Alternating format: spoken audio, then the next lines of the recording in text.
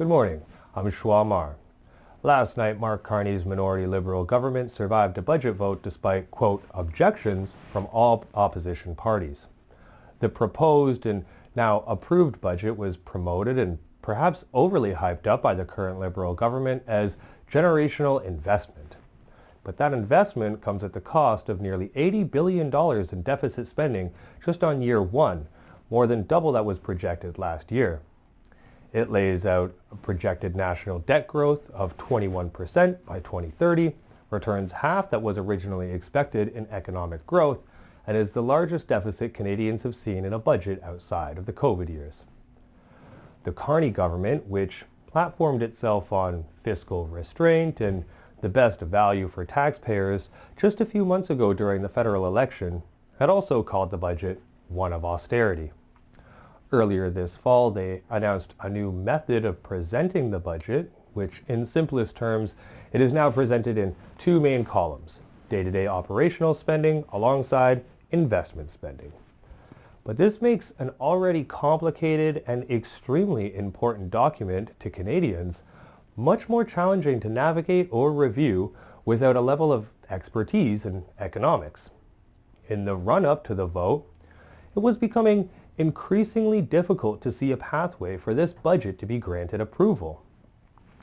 Obviously, Conservatives were, not surprisingly, opposed to adding such gross amounts of debt onto the Canadian taxpayers.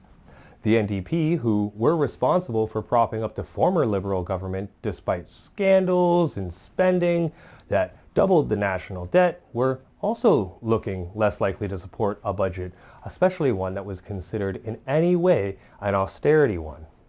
Despite rising cost of living and inflation, this budget had very little in terms of expanding support programs and actually removed some supports for youth, namely, it reduced educational grant funding for post-secondary students.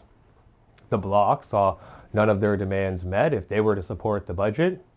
Elizabeth May of the Green Party was at first unwilling to support the budget alongside the removal of the emissions cap. Now, our media echoed and repeated pretty consistently that Canadians don't want an election right now. It also said that the parties do not want an election. The NDP is currently amid a leadership race, and the Conservatives are holding their leadership votes in the early new year. The media tried to assert that it is not politically savvy to trigger a federal election at this time.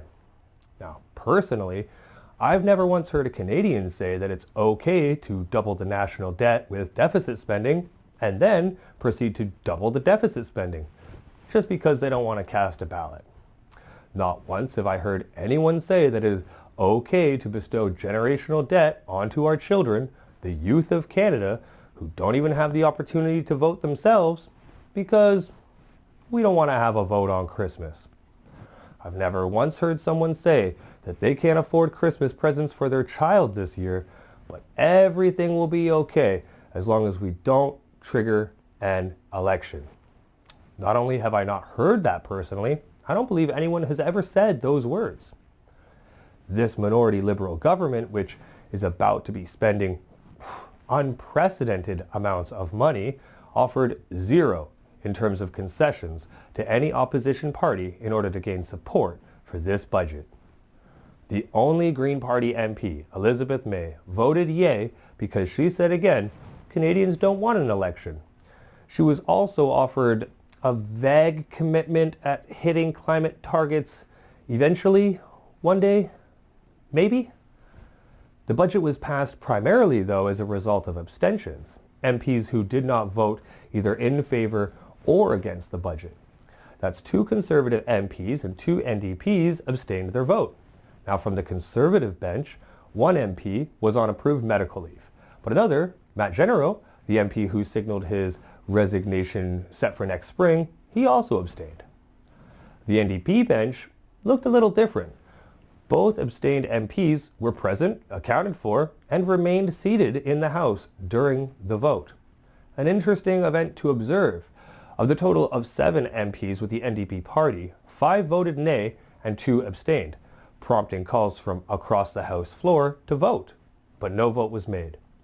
Previously, it was expected that abstentions may take place off-site with Some excuse is being offered as a primer within media across Canada, such as, "Oh boy, I'm out of the country, sorry about that," woulda, coulda, shoulda type things.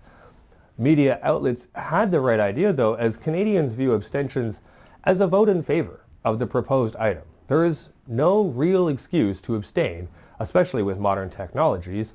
All MPs can vote electronically. And even harder is it to justify an abstention when sitting in the House, refusing to vote one way or the other. Now, the optics of this budget vote did not go over well for the NDP, who claimed they do oppose the budget and were offered nothing that would prompt them to support it.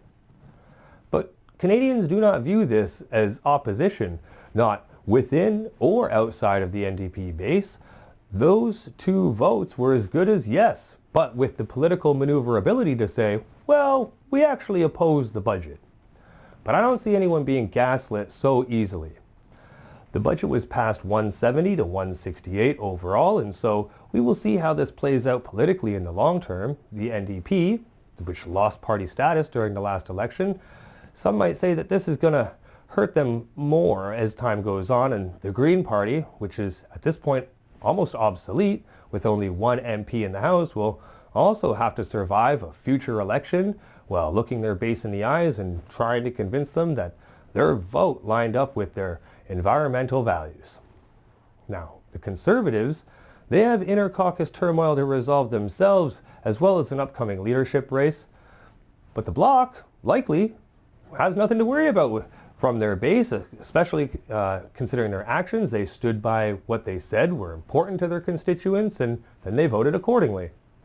But finally, the Liberals, they have been given the green light on credit card spending. Canadians, broadly speaking, maybe don't expect much relief after the decade of economic pressure. In fact, some Canadians likely expect it to increase. I'm Schwamar, and this is how the budget played out, 2025.